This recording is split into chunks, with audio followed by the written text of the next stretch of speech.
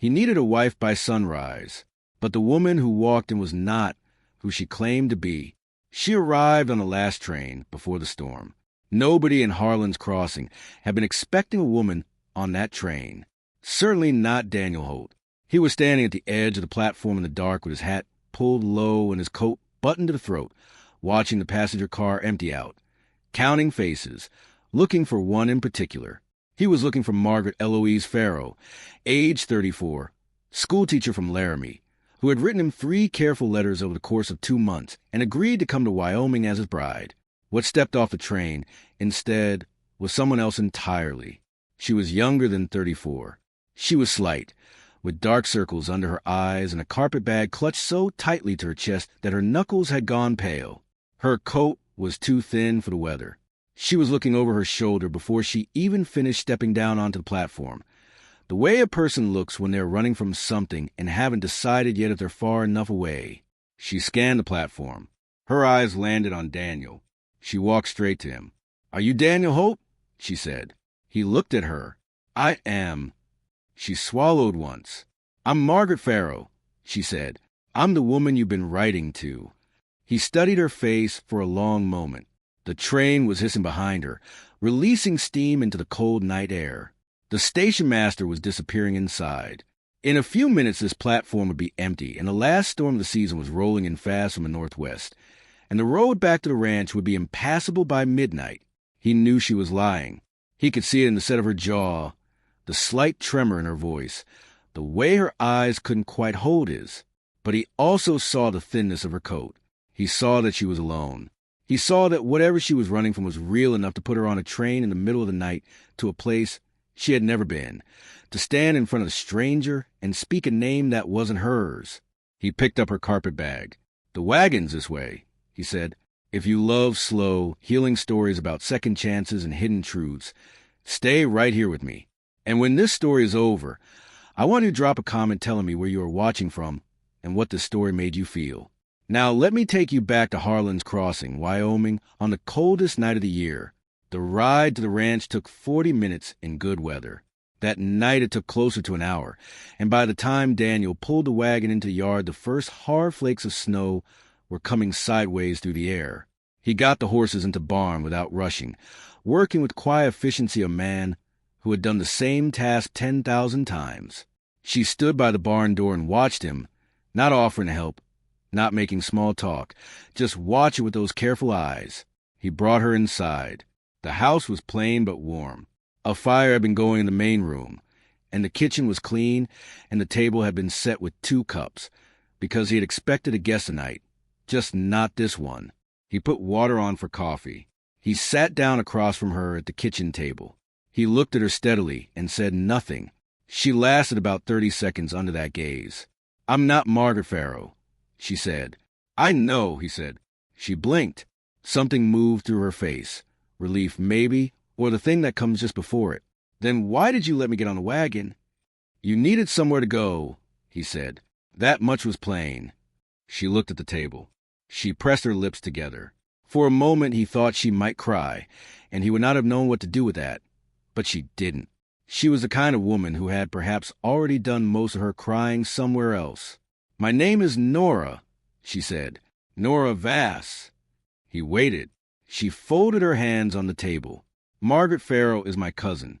Was my cousin." She corrected herself softly. "She passed away 3 weeks ago. Fever. It came fast." She paused. "She had already written to you. She had already agreed to come. And I had nowhere else to go, so I—" She stopped. "So you came in her place," he said. "I know it was wrong," she said quickly. "I know that. You were expecting someone else, someone you had chosen, and I am not her, and I understand completely if you want me gone in the morning." "And where would you go in the morning?" he asked. She did not answer that, which was its own answer. He got up and poured the coffee.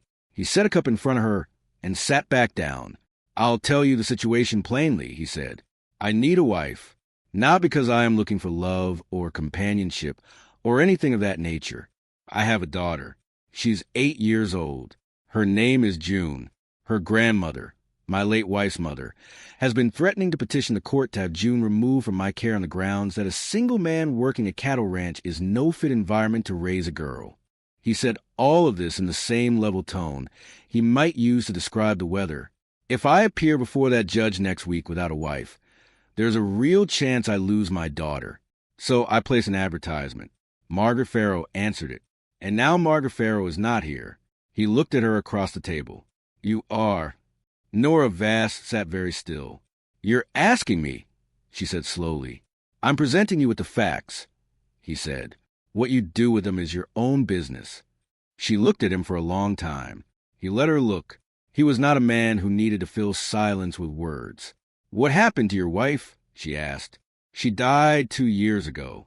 Heart condition she had from birth. We knew it might happen. It happened sooner than we hoped. And June, Nora said, does she know you were writing to someone? She knows I was looking for help. She doesn't know the particulars.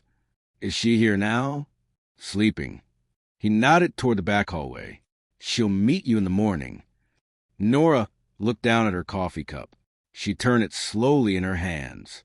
He watched her think, watched the calculations move quietly across her face, the weighing of things, the measuring of risk against risk. I should tell you something, she said at last. The reason I had nowhere to go. She looked up at him. I was engaged, back in Laramie. The man I was engaged to turned out to be the kind of man who believed that what belonged to him stayed where he put it. She said this plainly, without drama, in the same way you describe old weather. When I tried to leave, he made it difficult. When his difficulty didn't work, he made promises I no longer trusted. So I left while he was away one morning, and I got on the first train I could find a ticket for. And I took my cousin's letter with me because it was the only destination I had. Daniel looked at her. Is he likely to follow? I don't know, she said honestly. He's proud. Proud men don't always let things lie. He nodded once. He considered this the way he considered everything, quietly, from all sides. That's useful to know, he said. Thank you for telling me. She looked almost surprised that he didn't say more than that. So he said, we have a week before the hearing. That's enough time for the judge to see a settled household. After that, you would be free to stay or go as you see fit. If you stay, we keep the arrangement practical. I won't make demands on you that you didn't agree to. You'd have your own room, your own space, the house, and whatever you need to run it. He paused. If you go, I'll give you enough to get somewhere safe. Why would you do that? She asked. Give me money to leave after everything. He picked up his coffee cup. Because being in a place you don't want to be is its own kind of trap, he said. I won't be the reason a woman is trapped. Nora Vass looked at this man across the table for a long moment. This quiet, plain-spoken man with the straight back and the careful eyes, and the daughter sleeping in the back room who might be taken from him. All right, she said. I'll stay for the week. He nodded. Room's the second door on the left. There are extra blankets on the shelf. He washed out his coffee cup, banked the fire, and went to bed, just like that, as if the strangest night of both their lives was simply a thing to be gotten through and then rested on. She sat at the kitchen table alone for a while after that. She listened to the wind come down hard outside and the snow tick against the window glass, and she thought about the fact that she had just agreed to pretend to be the wife of a man she had met 2 hours ago, in a state she had never visited, using a name that wasn't hers. And somehow, impossibly, it was the safest she had felt in months. June Holt was not what Nora expected. She had expected shy.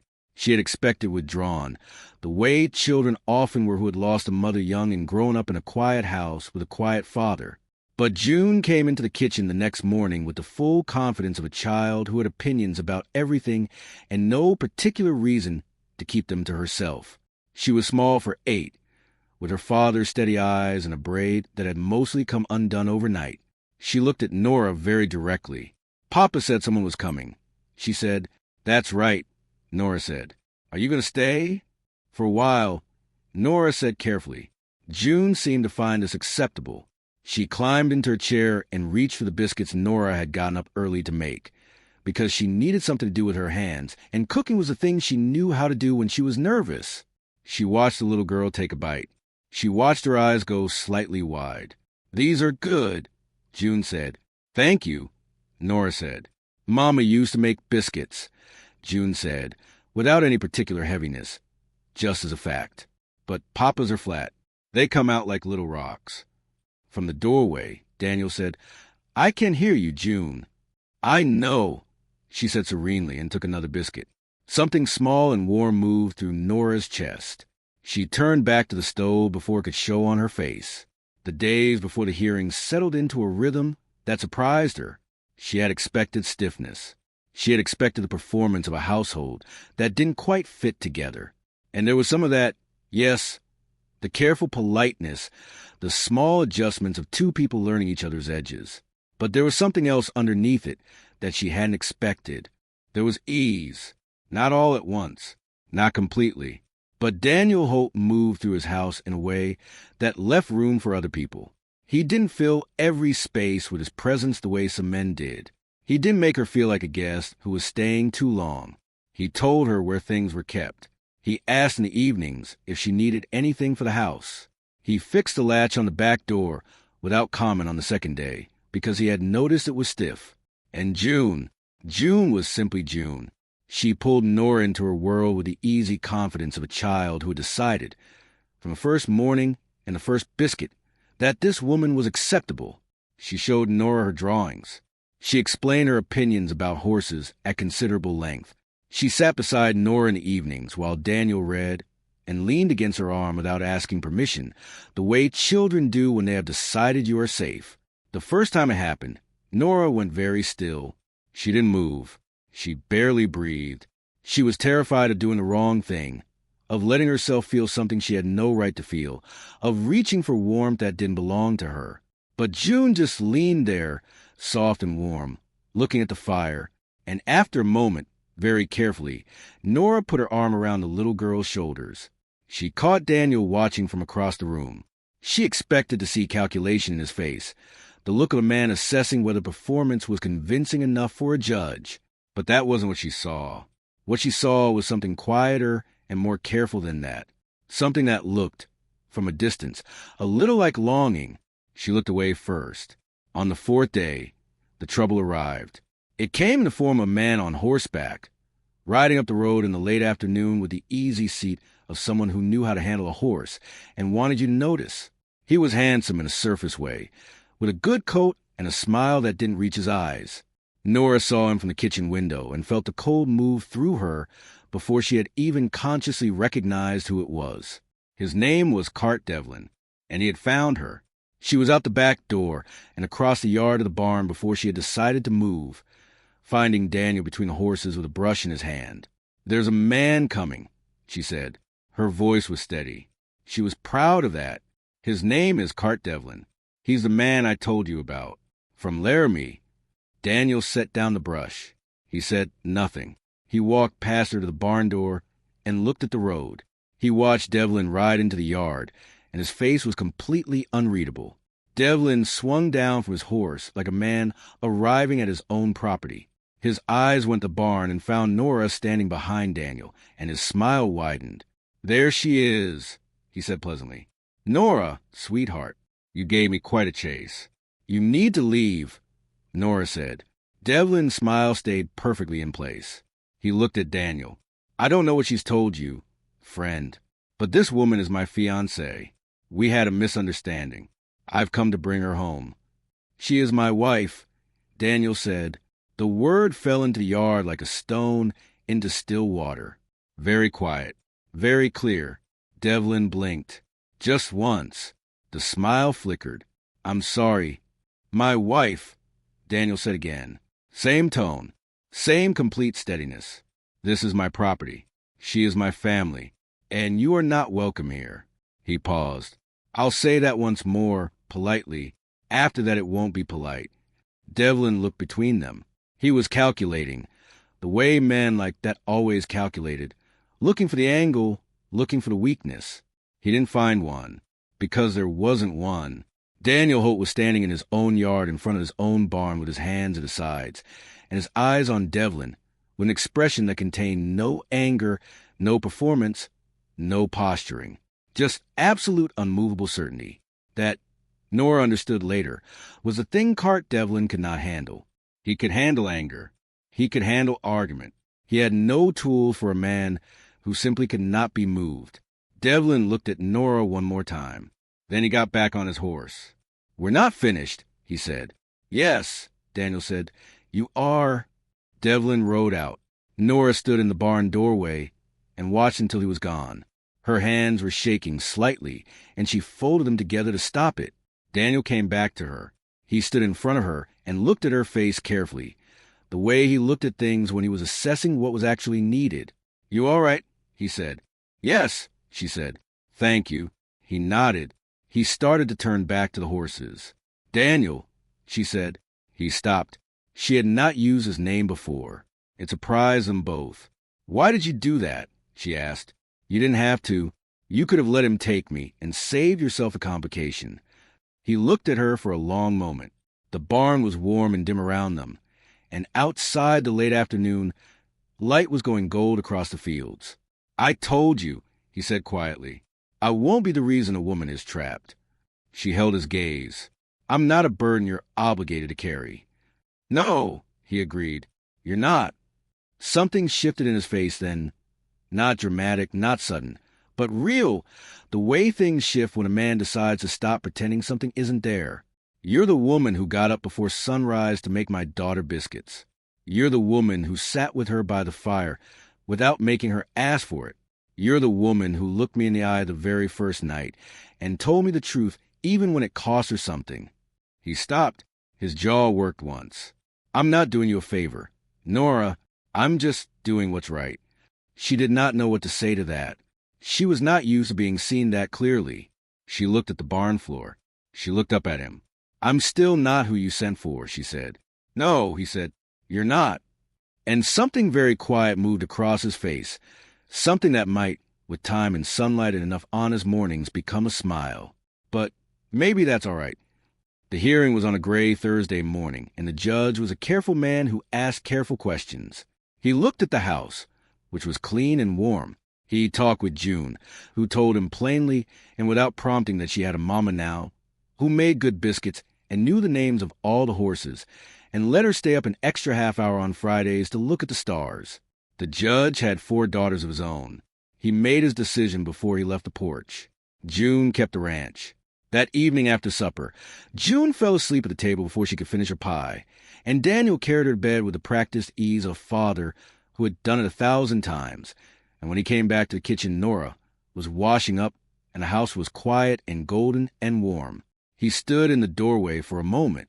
"She asked me something last night," he said. Nora looked over her shoulder. "She asked if you were going to stay." He was quiet for a moment. "I told her I didn't know, that it was your choice to make." Nora turned slowly to face him. She dried her hands on the kitchen cloth. "What did she say to that?" she asked softly. "She said she hoped you would," he said. "She said it felt like the house was breathing again." Nora stood very still with the cloth in her hands and felt something move through her chest that she had no word for, something that was the opposite of the cold and the running and the looking over her shoulder, something that felt, against all odds and all reason, a great deal like beginning. "I came here with a borrowed name," she said quietly. "I came here with nothing honest to offer." "You came here with yourself," he said. That turned out to be enough. Outside the kitchen window, the Wyoming night was enormous and clear and full of stars, and inside the house a little girl was sleeping peacefully in the back room with a braid come undone and a heart full of ordinary happiness. And a man was standing in a kitchen doorway looking at a woman who had arrived like an answer to a question he hadn't known how to ask. "I'd like to stay," Nora said, "if that's still something you'd want." Daniel Holt crossed the kitchen slowly. He took the cloth gently from her hands and set it aside. He looked at her the way he looked at things he intended to take care of for a long time. "Yes," he said, "that is very much something I would want." And in Harlan's Crossing, Wyoming, on a quiet night at the end of the coldest season anyone could remember, a woman who had come with someone else's name finally found something that was entirely her own. A home, a child's easy trust, a man who had looked straight at her borrowed story and chosen her anyway. It turns out the wrong woman on the right train was exactly where she was supposed to be. If this story moved you today, I want to hear from you in the comments right now. Tell me what part stayed with you. Tell me if you saw yourself somewhere in Nora's story. And please tell me where in the world you are watching from, because this community is the most beautiful one I know, and I love hearing from every corner of it. If you're not subscribed yet, please do that now, because there are so many more stories waiting here for you, quiet and warm and full of the kind of love that lasts. Thank you for being here. I will see you in the next one.